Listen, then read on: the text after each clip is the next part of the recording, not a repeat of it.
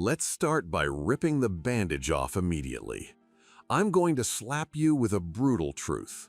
If you believe that snapping back at an insult proves your strength, you are not brave. You are a slave.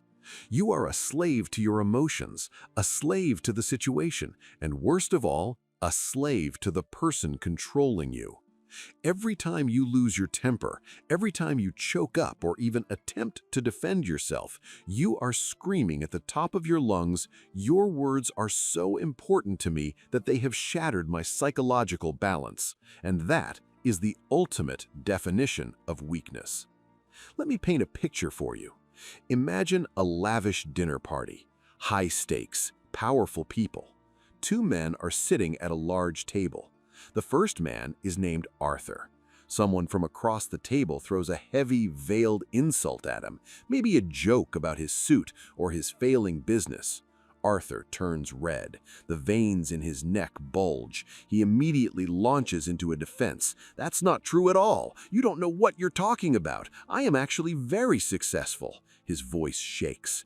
Everyone is staring. He thinks he is defending his honor, but the people around that table see only one thing: a little boy who has lost control. He vomited his dignity right there onto his dinner plate. Now, look at the second man. Let's call him Thomas. The same person throws the exact same insult at Thomas. What does Thomas do? He doesn't even turn his head. He puts his fork in his mouth, chews slowly, and then, with a faint, cold smile, turns to the person next to him and asks, "Do you think this steak needs more salt?" Boom! The insulter is destroyed. Why? Because Thomas's reaction said, "You do not exist. Your voice is like the buzzing of a fly, audible but irrelevant."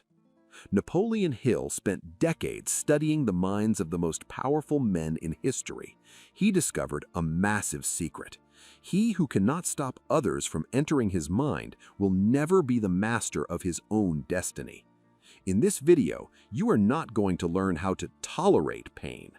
Tolerance is for losers. You are going to learn how to become so vast that the poisoned arrows of others won't even reach your knees. Today, we are going to kill that fragile emotional structure inside you and build an impenetrable fortress in its place. If you are not ready for your old self to die, close this video right now, because what I am about to say will hurt. Let's drive the first nail into the coffin of your weak personality. It is called the Pavlovian Reaction Trap. You know Ivan Pavlov, the Russian scientist who experimented on dogs? He would ring a bell, then feed the dog. After a while, as soon as the bell rang, the dog would salivate, even if there was no food. Bell, reaction. Bell, reaction. There was no thought process in between, just raw animal instinct. Now, look at your own life. Someone leaves a nasty comment on your Instagram. That's the bell. You immediately get angry and type a furious reply. That is the dog salivating. A coworker gives you a dirty look. The bell. Your entire day is ruined and you spiral into overthinking. The salivating dog. Your friend leaves you on red.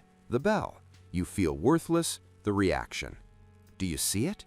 You are no different from that lab dog. Your triggers are just mere complex. Society, your family, and your upbringing have conditioned you to respond immediately. But let me share a Machiavellian secret with you. True power lies in the gap between the stimulus and the response. Average people do not have this gap. For them, it is 0 seconds, like a bare electrical wire. If you touch it, it sparks. But the grand strategists, the men and women who change history, they stretch this gap. They possess a strategic delay. When something bad happens, your primitive monkey brain screams, "Attack, run, cry." But you, as the king sitting on the throne of your mind, must learn to tell this monkey, "Silence. I will decide when and if we react." When did you lose the most in life? Exactly in those moments when you reacted fast, the moments you acted on the very first sensation that flooded your body. Starting today, I want you to play a game. It is called the death of the robot. Whenever someone tries to anger you or upset you, imagine they have pressed a physical button on your chest.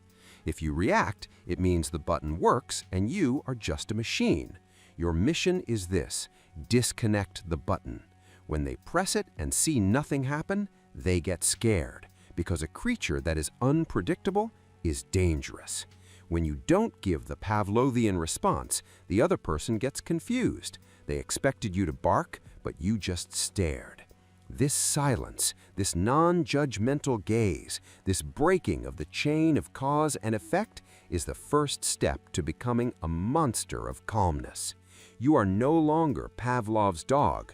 You are the scientist observing the experiment. Now that you have learned not to react like Pavlov's dog, we must understand why you desperately want to react in the first place. Where is the root of this cancer? It is called the validation vacuum. Most people, and probably you included, are like a bucket full of holes. It doesn't matter how much you achieve, it doesn't matter how much money you make. At the bottom of your soul, there is a black hole constantly screaming, "Look at me, validate me, tell me I am good enough." This pathetic need for approval is your Achilles heel. When someone disrespects you, the pain isn't caused by their words. The pain comes from the fact that they denied you the supply of validation you are addicted to. Let's break down a real-world scenario that might have happened to you just yesterday at the office. Let's say we have an employee named Robert. Robert worked himself to the bone to finish a project. He takes it to his manager or a colleague. The colleague looks at it with indifference and says, "It's okay, but why did you choose this font?" Disaster strikes. Robert's validation vacuum activates. Instead of saying, "Okay, I'll note that," he starts to explain. "No, listen, see, I was up all night and then the system crashed, and I read in this article that this specific font has higher readability." What is Robert doing? He is begging. He is screaming, "Please accept that I am smart." Every word you utter to justify yourself rips away a piece of your authority and throws it at the other person's feet. Remember this: to explain is to weaken. Friends do not need explanations, and enemies will not believe them. So why do you belittle yourself? How does a man with no validation vacuum behave? Back to the scenario. The colleague asks, "Why is the font like this?" The powerful man looks him in the eye, pauses for 3 seconds, and simply says, "It is my stylistic choice." Or even more ruthlessly, "Feel free to change it yourself." Period. This man is not looking for approval. He has already approved himself. When you don't need others to tell you, "Good job," their criticism becomes like throwing a pebble into a thick fog. It passes through, but it breaks no glass. So, the second law is this: seal the leaks in your soul. Be the first and last judge in the courtroom of your own life. When someone judges you, you shouldn't feel like you're sitting in the defendant's chair. You should look at them with genuine curiosity, wondering how they dared to enter the courtroom of your mind. But sometimes, simply being unbothered isn't enough. Sometimes the other person is audacious, and you must serve them with a heavier weapon. A weapon that makes no sound, but kills instantly. Robert Greene, the author of The 48 Laws of Power, has a masterpiece quote: "The most contemptuous form of revenge is to ignore." Many people think silence means you have nothing to say. They're wrong. There are 2 types of silence. There's the silence of fear. You look down because you are afraid of conflict. That is the silence of a loser. But what I'm going to teach you is active silence, or contemptuous silence. This means viewing the other person as so insignificant that they are not even worthy of your words. Let's review a historical story to understand the depth of this strategy. In ancient Rome, while Cato the Younger, the great Stoic politician, was giving a speech, one of his enemies, who couldn't stand Cato's composure, walked up and spit directly in his face. The entire Senate fell silent. Everyone waited for Cato to explode, to curse, or to order the man's execution. That is the natural reaction of an average man, right? But what did Cato do? He very calmly took the hem of his toga, wiped his face, and didn't even look at the man. He then turned back to the crowd and said, "As I was saying," and continued his speech. That move destroyed the man.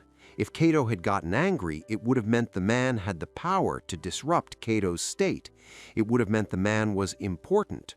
But by absolute ignoring, Cato declared, "You are not even worth the pause in my sentence." In modern life, this weapon is lethal. When someone throws a jab at you, when someone tries to get under your skin with sarcasm, the worst thing you can do is answer. Even if you give a witty comeback, you still lose, because you entered their game. They wanted to drag you into the mud of argument, and you jumped in head first.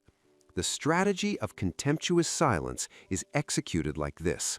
The person speaks, you turn, look directly into their pupils, with zero emotion, no frown, no smile, just a cold, dead stare, as if you were looking at an insect on the wall. Hold this gaze for a few seconds. Let the heaviness of the silence fill the room. Let them hear the sound of their own breathing and feel awkward. And then, without saying a single word to them, turn your head and go back to what you were doing, or start talking to someone else. This behavior sends a terrifying subconscious message to their brain. You do not exist. There is no punishment for a human being more painful than erasure. By arguing, you give them identity. By contemptuous silence, you delete their identity. But be warned, executing this strategy burns fuel. Maintaining that cold gaze and keeping your voice steady requires a reserve of power. And this is where most of you fail, because your psychological energy is leaking from somewhere else. Which brings us to the next trap. Listen to this with the precision of a neurosurgeon, because you are falling victim to this right now. Let's assume that every morning when you wake up, the central bank of consciousness deposits 100 units of energy into your account. This is your entire asset for the day, for thinking, for deciding, and for fighting. Your problem is this: you are bankrupt before noon. Let's autopsy the typical day of a weak man. Let's call him Brian. Brian wakes up, stubs his toe on the bed frame. He spends 5 units of energy cursing. He steps out, a taxi driver cuts him off. Brian honks, screams, and fumes with rage. 20 units gone. He gets to work, a colleague makes a snide political comment. Brian jumps into a debate to prove he is right. Another 30 units evaporated. It is barely 10 a.m., and Brian has thrown away 55% of his power. And for what? For things that have absolutely zero impact on his destiny. When the moment comes to make big decisions, when it is time to create wealth or manage a crisis, Brian has no breath left. He is a soldier standing in the middle of a battlefield without a single bullet. Now, look at a strategist. He knows that anger, fear, and even excessive joy are expensive. He is a miserly accountant. When the taxi driver cuts him off, the strategist asks himself, does reacting to this idiot offer a return on investment? No, so he doesn't spend even a single unit. He passes by like a rock. Remember, anything that can make you angry owns you. If the price of your peace is a cheap comment from a worthless person, then you are too cheap, dirt cheap. You must learn to install a valve inside you, the valve of emotions. Most people have a broken valve. As soon as something happens, emotions erupt and energy leaks out. But you must shut this valve tight. Stop the hemorrhage. Keep the energy for yourself. Let others think you are numb. Let them think you didn't notice their insult. It doesn't matter. What matters is that while they are fighting over a parking spot and tearing themselves apart, you are stockpiling your energy to deliver the killing blow in your business or personal life. Power means having reserve energy in the exact moment when everyone else is gasping for air. And this is exactly where you can use this stored energy to execute one of the most terrifying psychological techniques, a technique that sucks the oxygen out of the room. Now that you haven't wasted your energy, it is time to weaponize it. We call this weapon time. Weak people are terrified of silence. They are petrified that they might fall short. That is why, the moment they are asked a question or put under pressure, they immediately open their mouths and start talking fast. Rapid-fire speech is a symptom of anxiety. It shows that you are panicked. It shows you feel the need to explain yourself quickly so you won't be rejected. But what does the law of the deadly pause say? It states, "He who controls the pauses controls the conversation." Let's imagine a negotiation scenario or an interrogation. Suppose your boss or a tough client is sitting across from you, trying to corner you. He says, "I heard you messed up the project. Do you have an explanation?" Or he says, "This price is too high for your services. Do you really think anyone will buy this?"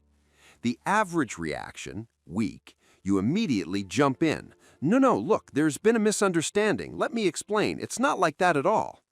Congratulations, you just lost. You took a defensive stance, and he smelled your fear. The strategic reaction, the deadly pause, when he asks the question, you stay silent. 1 second, 2 seconds, 3 seconds, 4 seconds. In those 4 seconds, look into his eyes. Do not blink. Let there be zero expression on your face. Do you know what happens in his brain during those 4 seconds?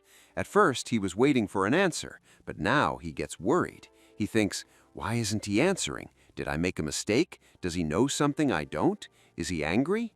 With your silence, you have thrown the ball of anxiety back into his court. He fills the vacuum with his own fears. After that heavy pause, answer very deliberately, with a voice slightly lower than usual, forcing him to lean in. For example, simply say, "Your information is incomplete," and then silence again.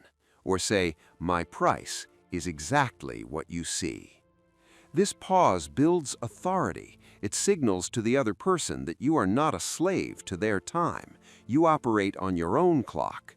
Napoleon Bonaparte gave orders that when a message arrived, it should not be given to him immediately. He said, "Let some time pass. Many problems solve themselves or become irrelevant before I even need to touch them."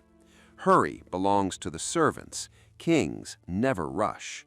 But if you want to keep this crown, you must realize that an internal enemy is still alive, an internal judge who is constantly putting you on trial, and if you don't silence him, all these strategies will go up in smoke.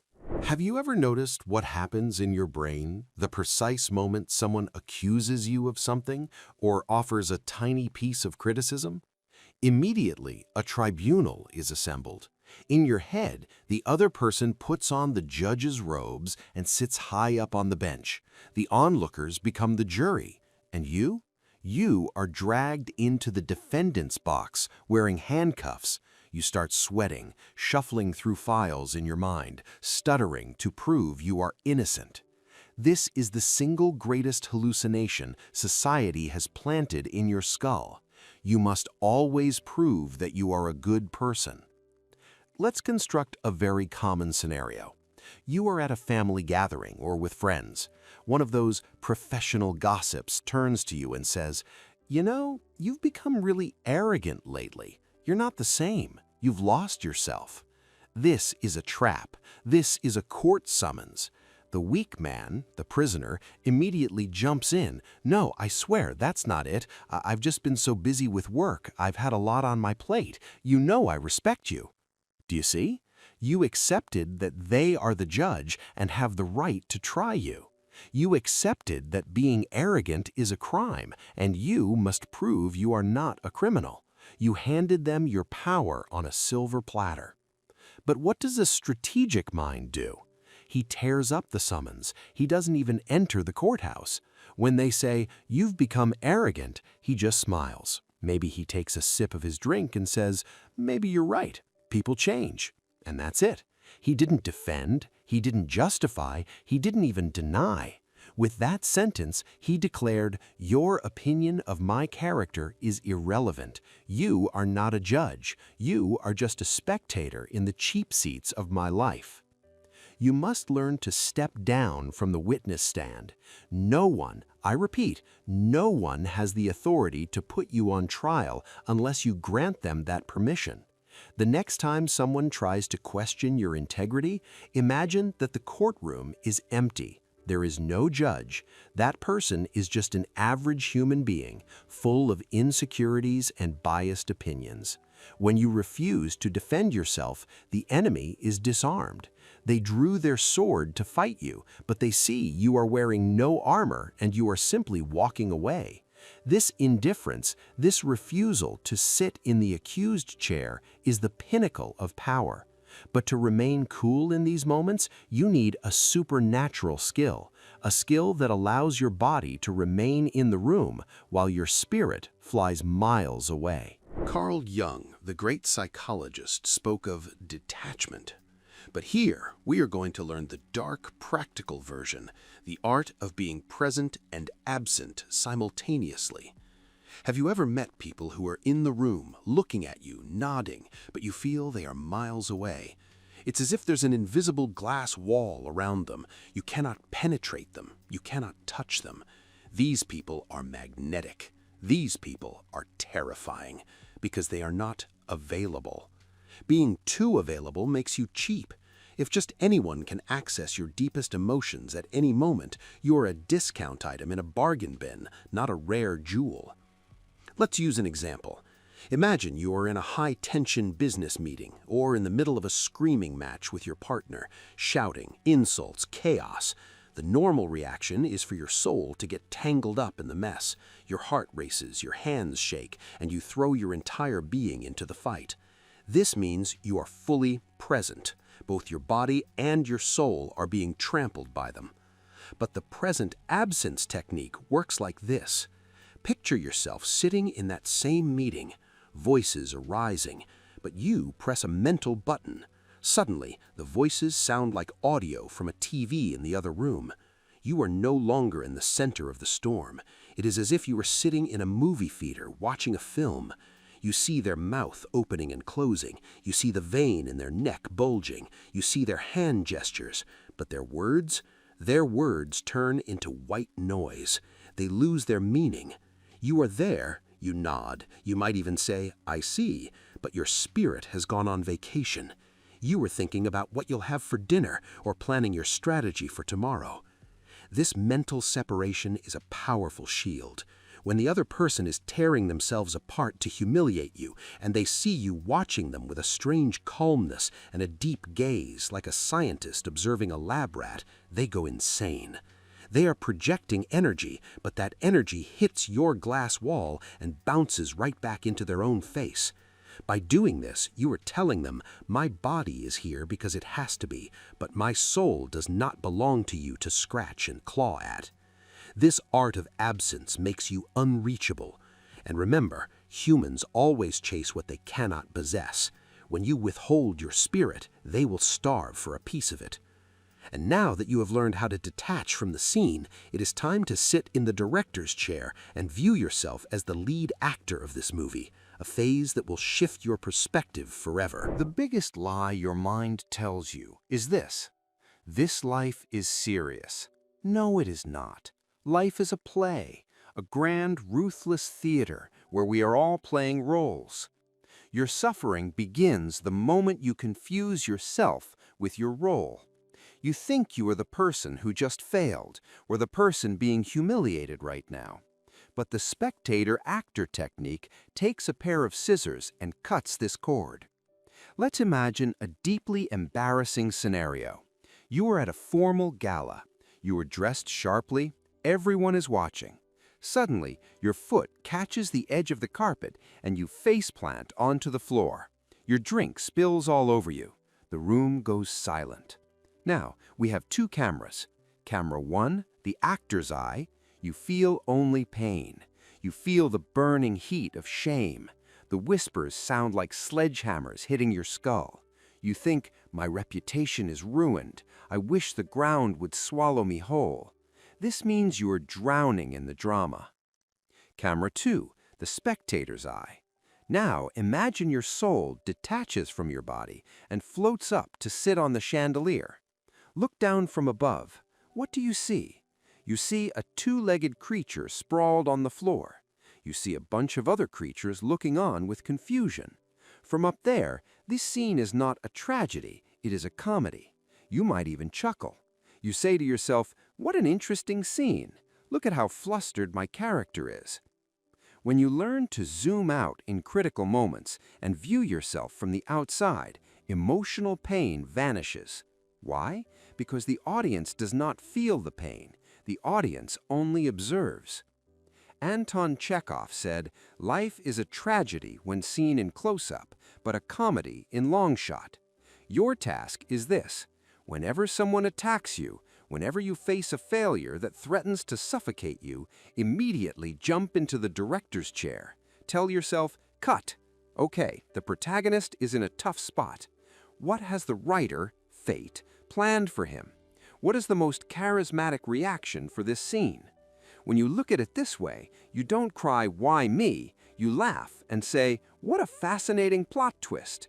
You are no longer a victim. You are an actor who knows this is just a role, and at the end of the night, you will wipe off the makeup and go home.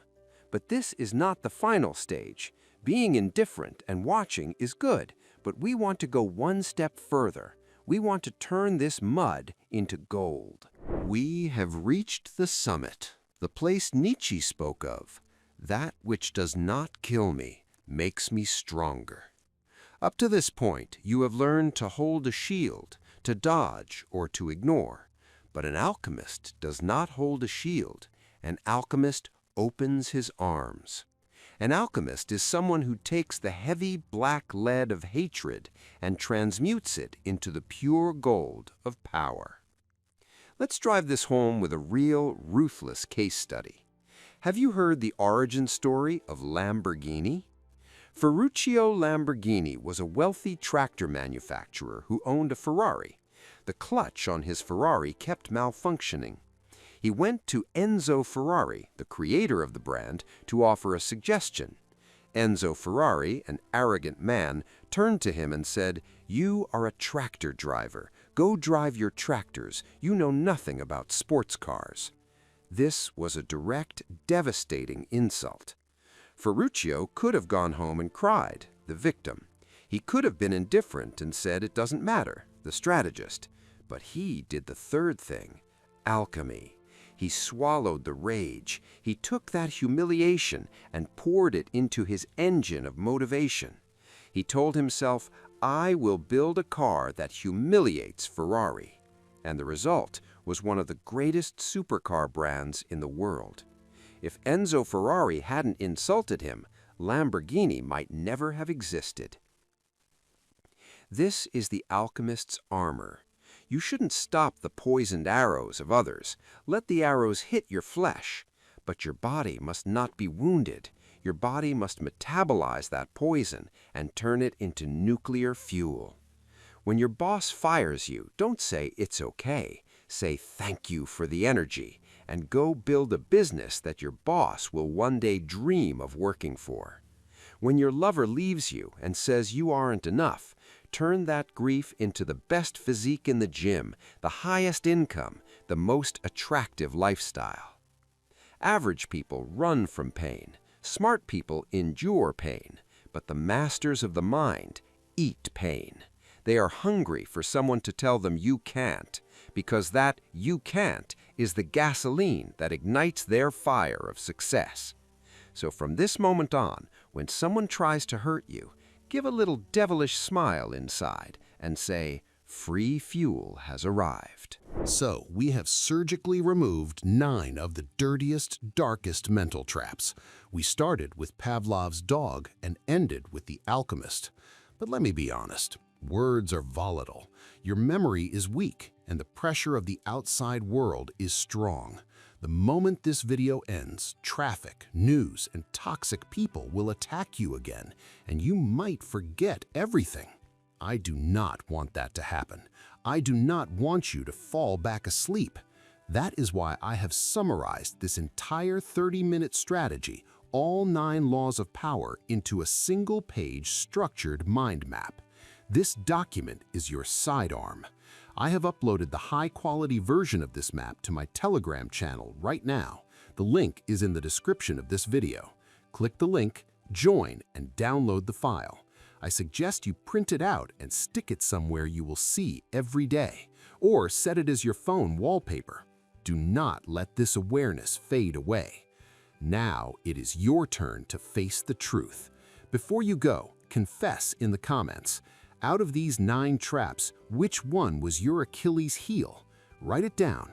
I was stuck in trap number X. Do not be ashamed. The first step to killing weakness is admitting it exists. Confess it so you can drag that weakness out of the dark and destroy it under the light. Remember, the world outside is a mirror of the world inside you. If there is peace inside, the outside becomes paradise. The Telegram link is waiting below. Take it and arm yourself.